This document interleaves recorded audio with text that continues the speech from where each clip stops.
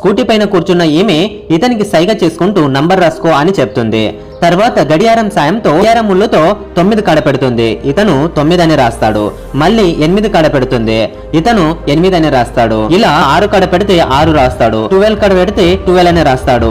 అలా నంబర్ మొత్తం రాసిన తర్వాత ఆ వ్యక్తికి ఇవ్వమంటూ సైగ చేస్తుంది. నాను ఆ వ్యక్తికి నంబర్ ఇస్తే నాకేంటి అని అడుగుతాడు. ఈమె 500 రూపీస్ ని అతని మీద ఎగ్గుతుంది. 500 రూపీస్ ని చూసిన ఇతను సంతోషంగా ఇతని దగ్గరికి వచ్చి జరిగింది మొత్తం చెప్పి నంబర్ ఇస్తాడు. అంటాడు, ఇంత హెల్ప్ చేసినా కదా కొంచెం మనీ ఇవ్వచ్చు కదా అని అడుగుతాడు. కానీ ఇతను చల్బే అని దొబ్బుతాడు. తర్వాత ఇతని కోపం వచ్చి అమ్మాయి గారి బాబు దగ్గరికి వెళ్లి జరిగింది మొత్తం చెప్తాడు. అంతలోపు వీళ్ళ ఇద్దరు ఓయో రూమ్ కి వెళ్దాము అని ప్లాన్ చేసుకుంటూ ఉంటారు. అప్పుడే వాళ్ళ నాన్న వచ్చి ఇద్దరిని పట్టుకుంటాడు.